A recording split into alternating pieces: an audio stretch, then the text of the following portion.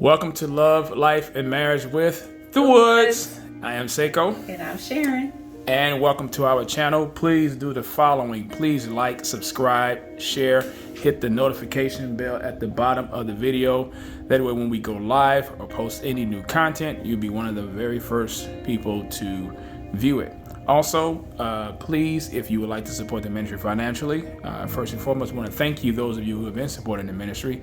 We really do appreciate that.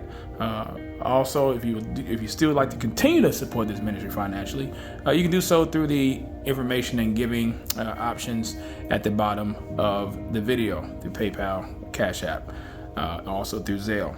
If you'd like to support the ministry through our merchandise gear, BCV, you can see that information also listed at the bottom of the video.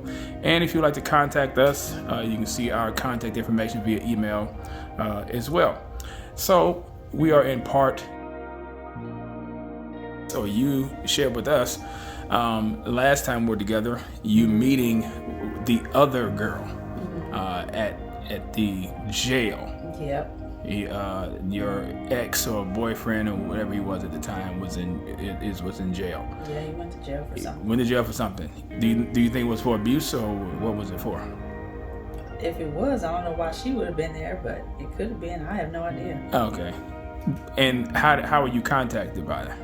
I want to say, I think his mom called me and told me. Okay.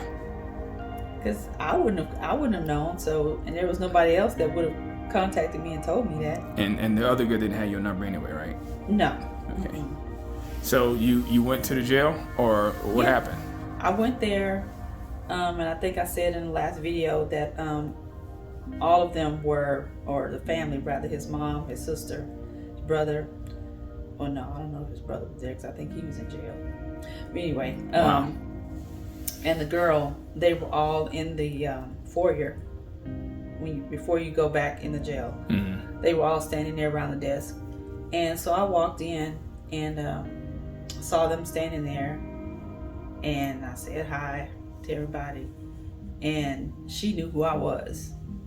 The girl did? Yes. The new chick? She knew who I was immediately. Okay. Immediately. Why you say immediately? How did she know? Why you say immediately she knew who you were? I want to say, if I'm not mistaken, I want to say she said, "You must be Sharon." Okay. Any indication or inkling why she said that? I have no idea. Well, I'm sure he told her because, Okay. like I said, when I talked to her on the phone, she knew who I was. Okay. So it wasn't surprising that she knew that. It wouldn't surprise me that he would show her pictures of me, either. Okay. Yeah. So what made you go to the jail? I don't really know why I went. Because we weren't together at that point. So y'all were officially broken up? Yeah. We had already broken up by that time. And I think I went because I just wanted to see what she looked like. And I want to say his mom must have told me on the phone that she was there. Mm-hmm. That's what made me go. That's what it was. Now I remember. She must have told me that the girl was there. So you went out of I went out of curiosity. You didn't go out of concern. Okay, that's what I wanted. I wasn't concerned. Okay. No. All right. So what were you curious about? I just wanted to see what she looked like. And what is that about? I mean, is that a woman thing? It must be because, I'm like, I want to know what you left me for. Mm-hmm. Not that it really mattered because I was glad that it was over, but some part of my mind was still like, how dare you? Mm-hmm. And so when I did see her, like I said, I believe I mentioned it in the last video, I was like, I couldn't believe what I was seeing. Well, what did you see? Kind of tall. Well, she was taller than me. Stringy blonde hair, not well kept at all. Really, really, really skinny. Now, wait a minute. You mentioned in one of the episodes about blonde hair that was in your car. Yes. Do you think that's the same blonde hair? Yes. You do? I do. Did your mind go to that? No, not at the time. Okay. But it all clicked later. It all clicked. Okay. why that brush was under the seat. Wow. Yeah, it all clicked later. But yeah, at the time, no, I had no clue. I didn't even think about that. Okay. Going in, but yeah, when I saw her, in some part of me, I felt better, if that makes any sense. Why? As a woman, because you know, we women, we look at outer appearances a lot of times. And so when I saw her outer appearance, I was like, oh, well, you know, that ain't nothing. You know, I really did. And how old were you at that time? At that point, I was probably, I had to have been 27. 27. Okay. Because that's when we broke up, when I was 27. 27. Okay. So you visited him at jail. I mean, did you see him? No, I had put my name on the list, but for some reason I never made it back there. I think they had took him back and stopped letting visitors go back, and so I just left. You know how long he stayed in jail? I have no clue. Okay, so you I didn't do no follow up. I guess you went there, wasn't able to see him, but you saw the girl that he was with. What happened after that? I think after that there was some time that passed after that, and I don't remember how he found out that I was engaged. I don't remember. I cannot remember how he found out. All of that's jumbled in my head at this point. Okay, so and you were how old at the time? When I was engaged? No, I know how old you were. You were 29 when you got engaged. 28. 28. Okay, but he was in jail. What year was that? It had to be 97. 97. So you was 27, give or take. Okay. So I guess the question then I want to know then. So you went out of curiosity to the jail, saw the girl. I guess you felt vindicated or somewhat good about the fact that she wasn't all that, and you were all that. Yeah. Okay. Did you tell did you tell the other girl that he was with about? Yes, okay. Absolutely. How did that conversation go? We both laughed about it. We both laughed about it. Okay. And I described her to the other girl. And of course, like I told you, she was gone by this time. She was already gone. So you're the last one. Yeah, I was the last one to leave. Okay. But anyway, okay. Yeah. So you mentioned about the engagement. He found out that you're engaged. So I mean, do you remember anything that led up to that? I mean, I cannot. I don't know how that happened. I don't know, because I told you that I was going over there for something. You going over where? To his house. I went to his house for something. I can't remember all the ins and outs of that. Was it for business? No, it couldn't have been for business, but... Okay, wait, hold it. Because while you saying that, you saying it wasn't for business, people can probably watch this and say, okay, so if it wasn't for business, what was it for? For pleasure? What was it for? No. It definitely was not for pleasure. That's my point, so... I want to say he must have told me over the phone that he had something for me. And I know I talked to you, and I told you I was going over there. I don't know if I knew it was divorce papers or not before then. But I know when I got there, he saw the ring on my finger and started crying again. I was like, jeez. He started crying? Yeah, not one tear, but it was, whatever. Was he a faker? Or did you think he was sincere in his emotions like that? No, I think he was sincere. His emotions were just like that. Really? But, yeah, because when he saw the ring and then he gave me the papers and then I told you about it, and I was like, what is this for? We were never married. But when I told you that, you didn't believe me. No, I didn't. Because I didn't understand. How did you get papers? And there were papers that he actually drew up himself. Okay. And, come to find out, you can get divorce papers at Office Depot. Okay. But I don't know if he did that or not. But in his mind, he thought that he was freeing me to be married. And that he had drawn up these papers that we eventually just threw away because I never signed a marriage license with him. How far along were you in How far removed were you rather from that abuse, that relationship, from the time that we met, from the time that you that he quote unquote officially broke up with you? Because I think he mentioned that he officially broke up with you. Yeah. Okay. Yeah. So how long ago was that between time spans? It had to have been at least a year. A year. It had to have Okay. been. Because after he and I broke up, I was dating somebody else before I met you. Mm-hmm. So it had to have been a year. So before you met me, you were dating somebody else. What was your mentality and mindset after breaking up, or after the two of you had broke up? I mean, what was your attitude regarding relationships, regarding men, regarding, For a while, my attitude stunk. It was horrible. And I may have touched on it in the last video. But I had this, I'll get them before they get me kind of attitude. And I'm going to take them for everything I can kind of attitude. Okay. Just basically using them to get what I wanted. Okay. So then what got you out of that mentality? I would say the guy that I met before you, by that time, I guess I had quote unquote gotten it out of my system. How long were you with him? About 6 months. 6 months. Yeah. Okay. So you went to the house. You went to the ex-boyfriend's house. Mm-hmm. I guess you got paperwork, the quote unquote divorce papers. Yes. Or whatever. Yes. And you said that was his way of so-called freeing you. Do you think that was psychological too? Or what was the reason for that? I mean, if y'all weren't married, why would he? Yeah. Why would he give you papers on something that was not legal? that was his thinking, because of, remember I had mentioned that I did sign some legal documents, for the house and the car and all that kind of stuff. So maybe in his mind he thought that. I don't know.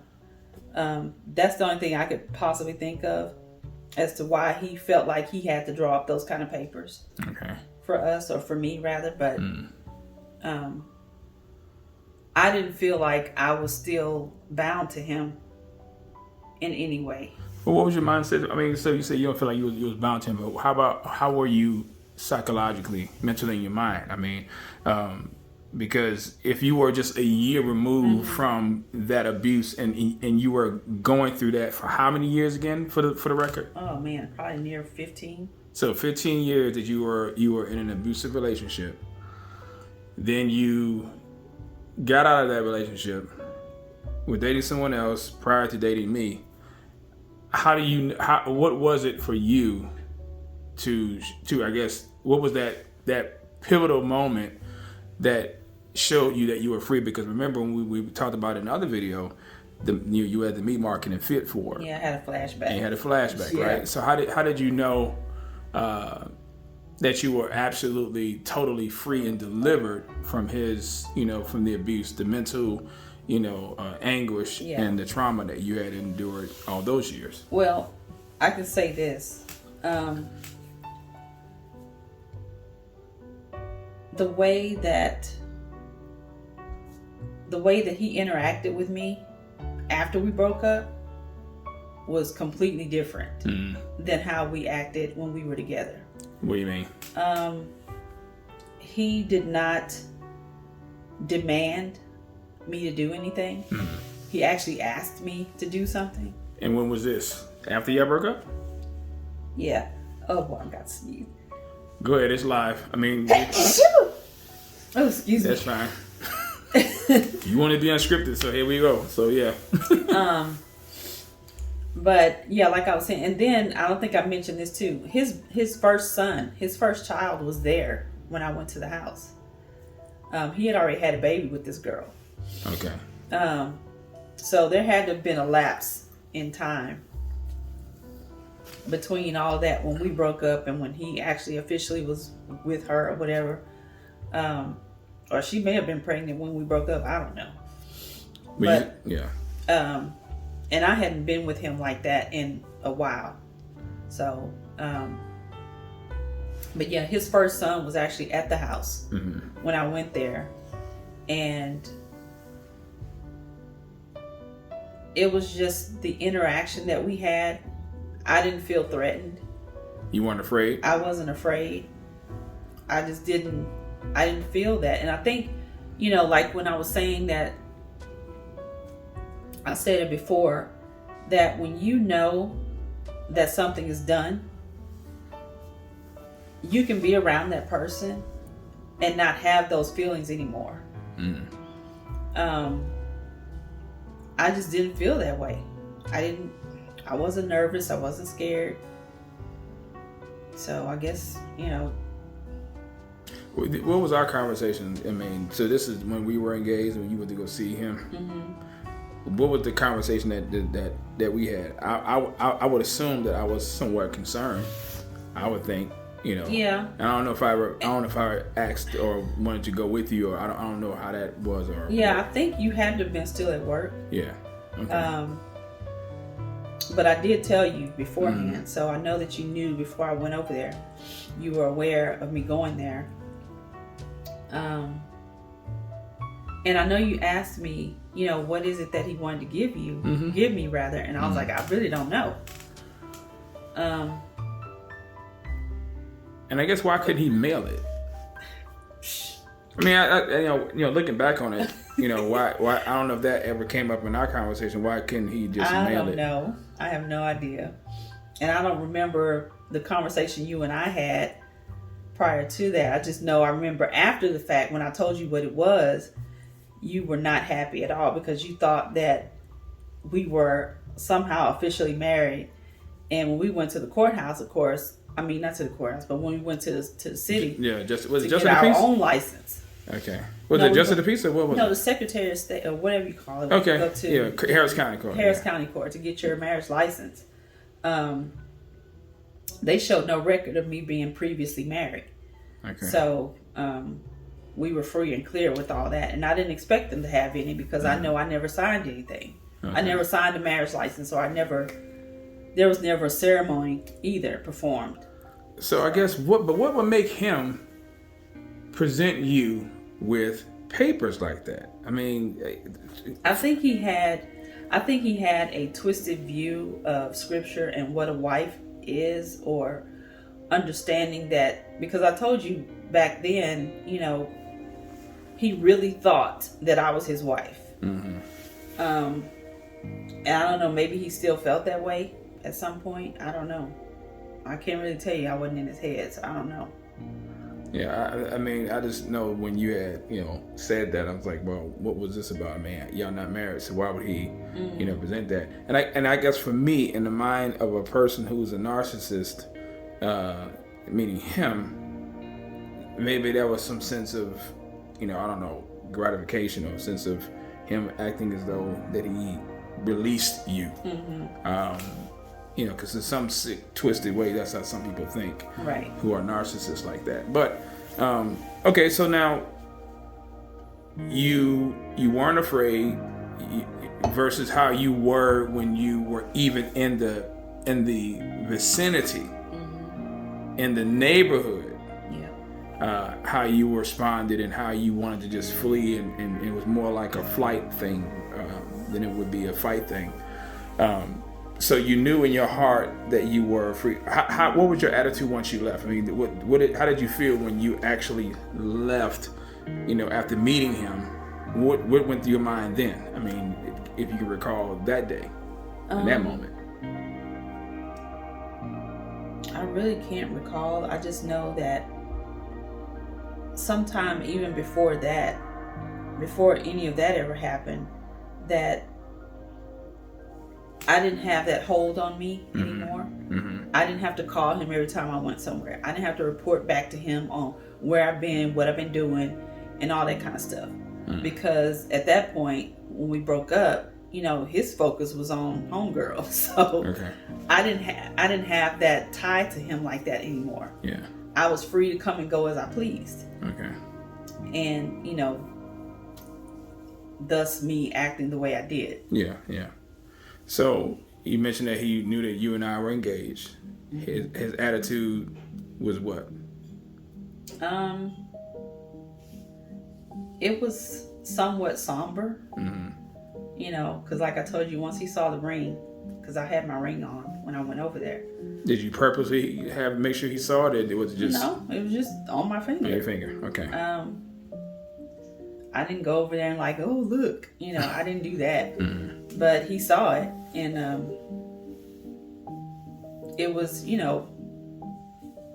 it wasn't really a response. Okay. I think he asked me, oh, so that's your ring? And I was like, yeah. And he's like, okay, well, I wanted to give you this. And that's when he had it. He gave it to me. It was in an envelope. Okay. So, yeah. So then, so now you fast forward years later. We're now married. Did we have any kids by that time?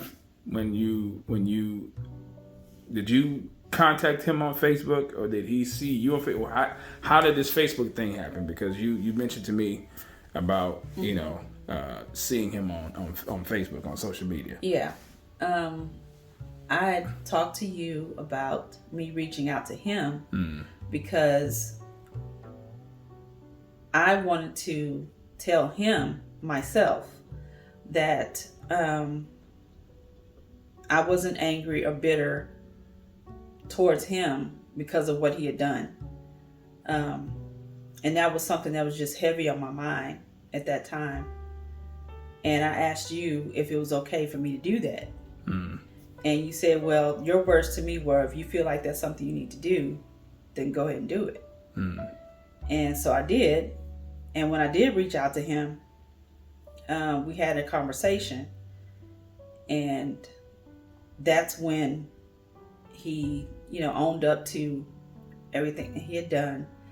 And then he also kind of, I don't want to say explained, but I guess I would say now looking back on it, it's probably an excuse, for his behavior.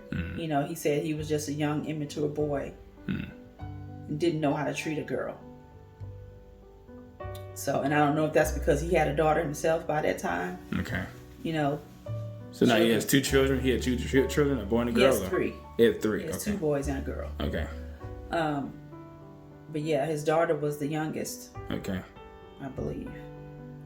Did he ask you for forgiveness, or did you just say I forgive you? No, I hadn't said any of that. Okay, so let's talk about that then. Okay, I hadn't said any of that. So you said that you wanted to reach out to him to let him know that you were not bitter or angry with him, right? And he said, well, since you bring it up, let me say this to you. And then he went on to explain, all the things that he had done. Physically, emotionally. He went through all of that. And then he said, I need to ask you something. And I was like, okay. He said, I need to ask you to forgive me for how I treated you back then. And then that's when he went into explaining, I was young, I was an immature little boy. Right. Blah, blah, blah. Didn't know how to treat a girl, blah, blah, blah. And then when he finished, I said, okay. I said, I appreciate that. I said, and I forgive you. And that was pretty much it. So did you believe that, his explanation, did you understand his explanation though? Did you understand that his reasons for doing what he did was because of the immaturity factor? And I can attribute some of that to it, because, true and it's also true, that he did not have a male figure in his household. He was raised by his grandmother and his mother. So I can attribute some of that behavior to, because they did not discipline him, from what I saw. Okay. So I never saw that.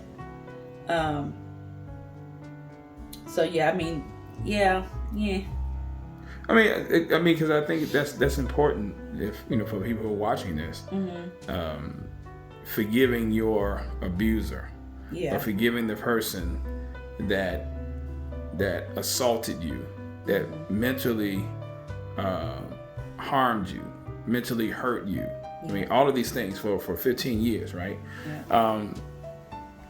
and now they're asking you for forgiveness. What would be your words to people, or to women, and to men who may even, be recipients of this type of barbaric treatment? What should be their posture, or what would you say to them? Because there may be people that are still going through this, and or are years removed from this. And I believe, and we've talked about this on other subjects and topics on the issue of forgiveness. Right. Yeah, two extremes. Well, people would say, because you could have done what most people do. Yeah. I forgive them, and You're saying that frees you. Yes, know, and I don't hold to that view. I hold to the view that forgiveness has to be sought. Forgiveness has to be asked for. Forgiveness has to be requested from the offender. Because what I didn't do on that phone call was I did not lead him into what he needed to say to me. Okay. My purpose of that phone call was for me to express to him that I was not walking around in bitterness. I was not harboring bitterness and anger in my heart.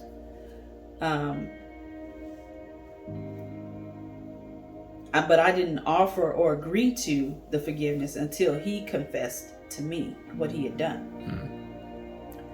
And what I would say is to men and women, you have to know what you believe. You have to know what the Bible says about forgiveness.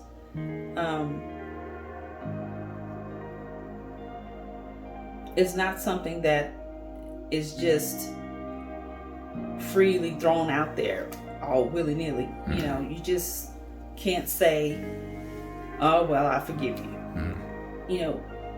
But they didn't ask you for forgiveness. They haven't even confessed what they've done. That's not how we go to God. We don't just say, oh, my bad. That's not how we get forgiveness from him. We have to come and acknowledge the sin. We have to acknowledge what it is we've done. And if we know that there are several things, we ask God to forgive us for those individual things. What if the person wasn't saved? What if the person, what if he wasn't a Christian? Do you think that forgiveness still needs to be sought? It can be sought, but you may not get. You got to be prepared for. You may not ever get that. So what are you going to do with your heart posture? What are you going to do with how you interact with people going forward that may not ever ask you for forgiveness? We can't live as Christians. We cannot live in, what's the word I'm looking for? Bitterness or resentment? Bitterness and resentment. Right? We can't harbor those. That's what I was looking for. Harbor. Yeah. We can't harbor those things in our heart. That's where our relationship with God comes in. That's where we ask him to help us deal with whatever anger and bitterness that we have towards that person. Because it's going to be there, especially somebody who has physically harmed you. And I don't know why or how. I don't know how God did that for me. But he did.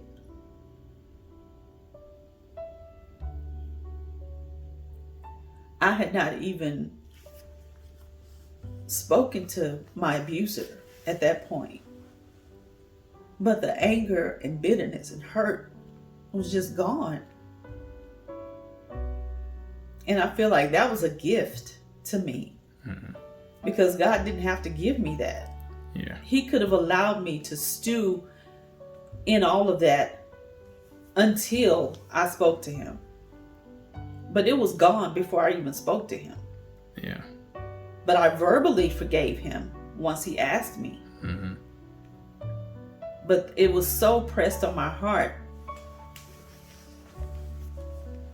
what God had done for me. Mm-hmm. And I don't know what God was doing in his heart at that time. You know, I believe that he's a genuine believer now. Mm-hmm. But back then I know he wasn't. Mm-hmm. His lifestyle didn't line up with what he was professing.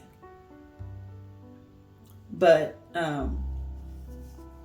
by the time I actually talked to him, it appeared that he was a different person. And so I'm obligated to forgive. Yeah. I'm obligated to do that. Yeah. Well, I think, I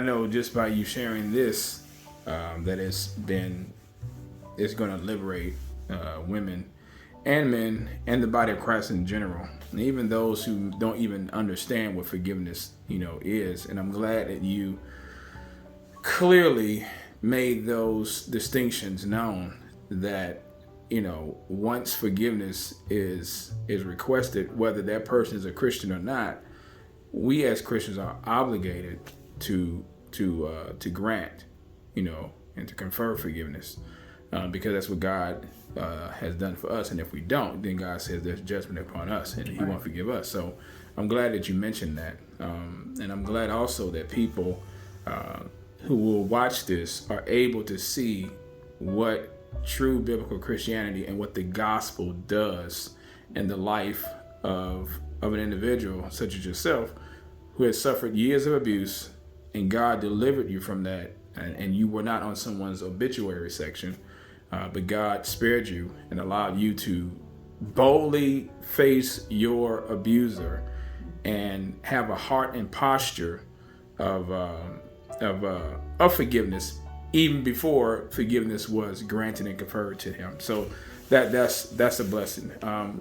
Let's stop here. Let's pick it up on the next video, and we'll talk about some more about how your freedom from abuse, how it changed your life, how it affected our relationship, how now even with prior to us getting married, the conversation that I had with your mother prior to us becoming married. So we're going to stop here. Those of you who would like to have information or looking for information regarding abuse and being free from abuse, and resources on how to seek help for that information will be listed at the bottom of this video. Also sermon links as well, number to call for those who'd like to speak with someone. If you are abused, we want to be here to help you with that.